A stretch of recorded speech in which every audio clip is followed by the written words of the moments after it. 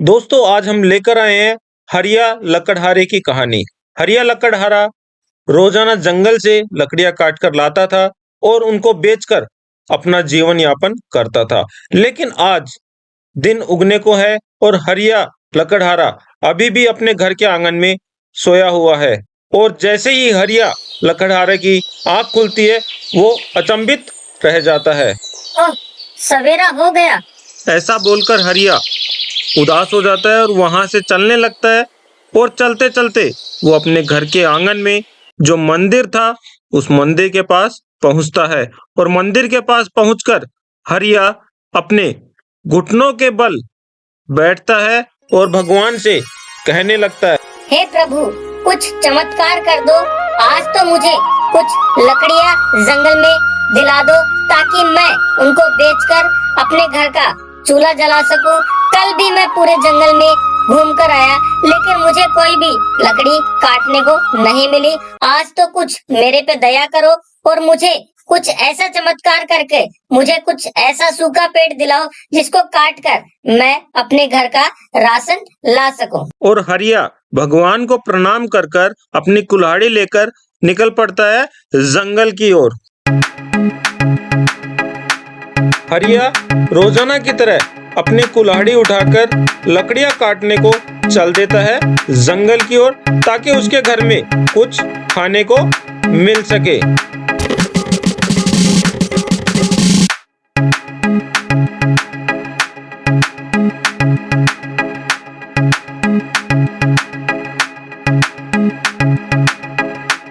और आखिरकार हरिया को एक सूखा पेड़ मिल जाता है जिसको वो काटने लगता है। और धीरे धीरे काट काट कर हरिया उसका बंठल बना लेता है। हरिया बहुत ही ईमानदार और बहुत ही मेहनती लकड़हारा रहता है और वो अपनी मेहनत पर ही विश्वास रखता है। और वो रोजाना जंगल से ताजा लकड़ियां काट कर रोजाना उनको बेचकर और अपना कुछ गुजारा करता था। और हरिया कटी हुई लकड़ियों का बंडल अपने सर पर उठाकर चल देता है बाजार में बेचने को और बोलता हुआ जाता है, प्रभु आपका बहुत बहुत शुक्रिया। आपकी वजह से आज मुझे इतनी सारी लकड़ियाँ मिली। अरे मोहन, आज तो जंगल में कमाल ही हो गया। और आज तो जंगल में मुझे ढेर सारी लकड़ियाँ मिली जिसको मैं सारी की सारी एक साथ अपना बंडल बनाकर अपने सर के ऊपर रखकर लेकर आ गया। और देखो आज कितनी सारी लकड़ियाँ मैं जंगल से लेकर आया हूँ। अरे हरिया, आज तू इतनी सारी लकड़ियाँ कहाँ से लेकर आया? कहीं तूने कोई चोरी तो नहीं की? चोरी नहीं, तौबा तौबा।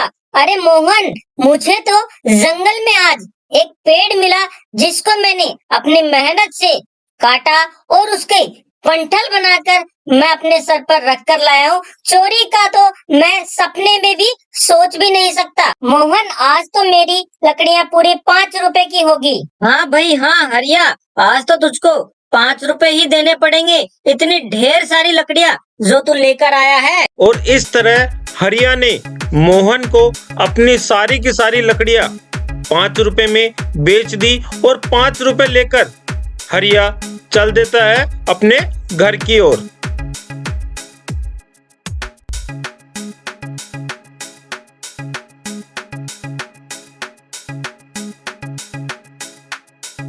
और हरिया को रास्ते में चलते चलते मोहन दिखाई देता है और मोहन हरिया से कुछ बोलने लगता है। अरे हरिया, क्या बात है, बहुत खुश नजर आ रहे हो।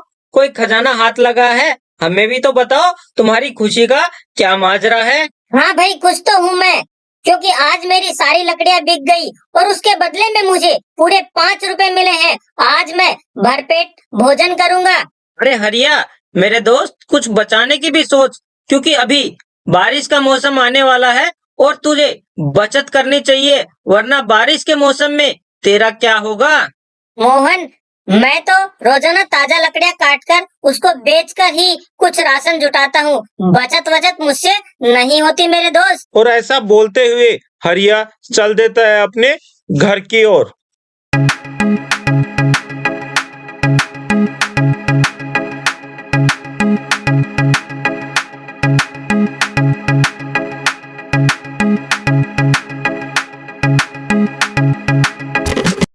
अगले दिन बहुत जबरदस्त मौसम खराब हो जाता है। बहुत जोरों से बारिश होने लगती है। 2-3 दिन लगातार बारिश होती रहती है और हरिया इस बीच कहीं पर जंगल में लकड़ियां काटने को नहीं जा पाता, क्योंकि बारिश रुकने का नाम ही नहीं लेती है और हरिया भूखे पेट ही अपने घर में सोता रहता है। और अचानक हरिया की सोते सोते नींद खुल जाती है। हे भगवान, बारिश तो रुक ही नहीं रही।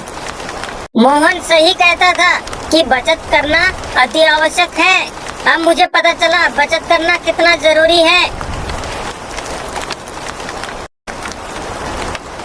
और हरिया उठकर दरवाजे के पास पहुंचता है और बाहर इधर उधर देखने लगता है कि बारिश कब रुकने वाली है और मन ही मन भगवान से कुछ बोलने लगता है। हे ऊपर वाले, कुछ तो दया करो। 3 दिन हो गए हैं, अन्न का एक भी दाना पेट में नहीं गया। भगवान, अब तो बस करें, वरना मेरा कल का गुजारा कैसे चलेगा। मेरा तो सारा कारोबार लकड़ी के ऊपर ही टिका हुआ है। अगर सारी लकड़ियाँ गीली हो गई तो मैं खाना कैसे खाऊंगा। और अचानक बारिश रुक जाती है और हरिया निकल पड़ता है जंगल की ओर।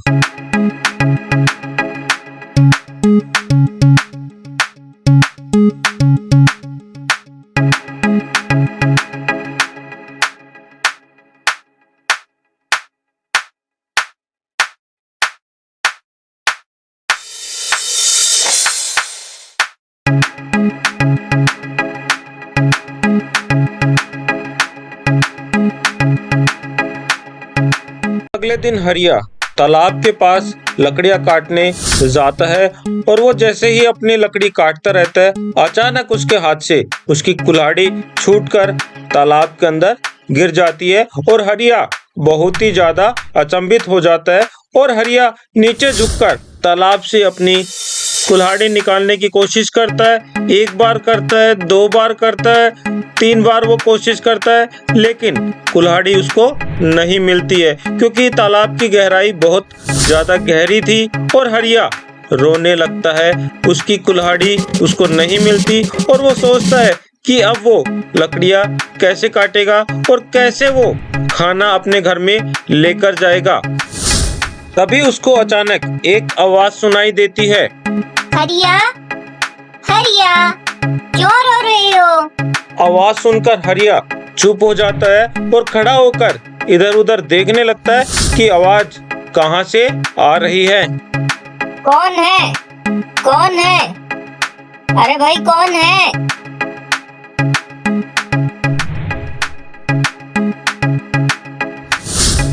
हरिया, क्यों रो रहे हो?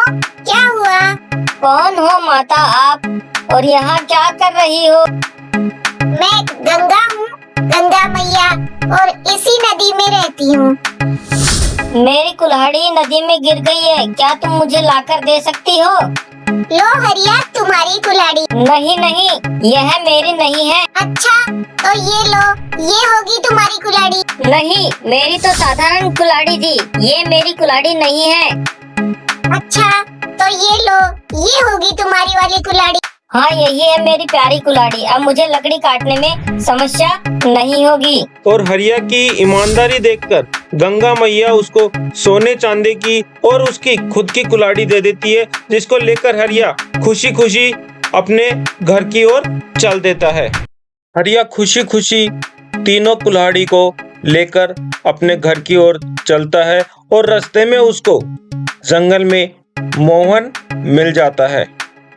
हरिया के हाथ में सोने और चांदी की कुल्हाड़ी देखकर मोहन की आंखें फटी की फटी रह जाती हैं और वो हरिया से बोलने लगता है। अरे हरिया, ये सोने और चांदी की कुल्हाड़ी तू कहाँ से लाया?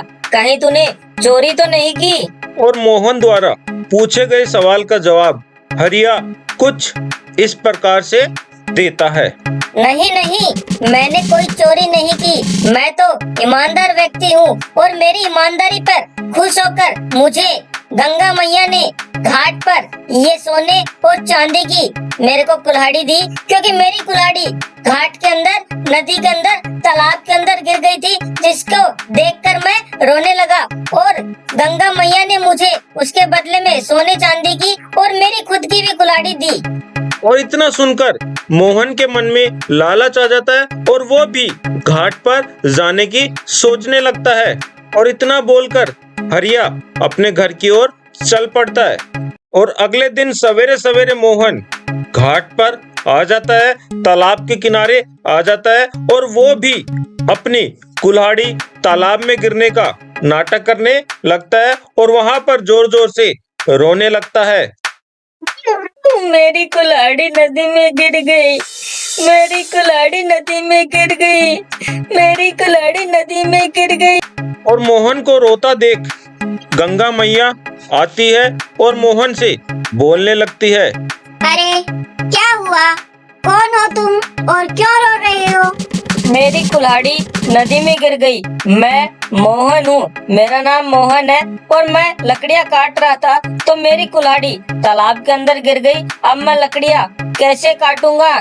मोहन की बात सुनकर गंगा मैया कुछ कुल्हाड़ी लेकर आती है नदी से और मोहन को बोलने लगती है। देखो तो इसमें से कौन सी है तुम्हारी कुल्हाड़ी? सोने और चांदी की कुल्हाड़ी देखकर मोहन का मन ललचा जाता है और वो झट से बोलने लगता है। ये पीले कलर की जो कुल्हाड़ी है, जिसका रंग सोने के जैसा है, ये मेरी कुल्हाड़ी है। ये कुल्हाड़ी तुम मुझको दे दो और मैं मेरी कुल्हाड़ी लेकर यहाँ से चला जाऊंगा। ये तो सोने की कुल्हाड़ी है और ये तुम्हारी नहीं है। तुम झूठ बोल रहे हो, तुम लालची हो। ये कुल्हाड़ी मैं तुम्हें, अब कोई सी भी कुल्हाड़ी, सोने की क्या, मैं तुम्हें कोई सी कुल्हाड़ी नहीं दूंगी। चले जाओ यहाँ से। तो इस प्रकार से गंगा मैया मोहन को कुछ भी नहीं देती। तो देखा दोस्तों, इस कहानी से हमें ये शिक्षा मिलती है कि ईमानदार लकड़हारा जो हरिया था, उसको उसकी ईमानदारी से खुश होकर गंगा मैया ने सोने की और चांदी की कुल्हाड़ी भी दी और यहाँ पर लालची मोहन को उन्होंने कुछ भी नहीं दिया। आपको कहानी कैसी लगी वीडियो के अंदर कमेंट कर जरूर बताइएगा। कहानी अच्छी लगी तो लाइक जरूर करिएगा।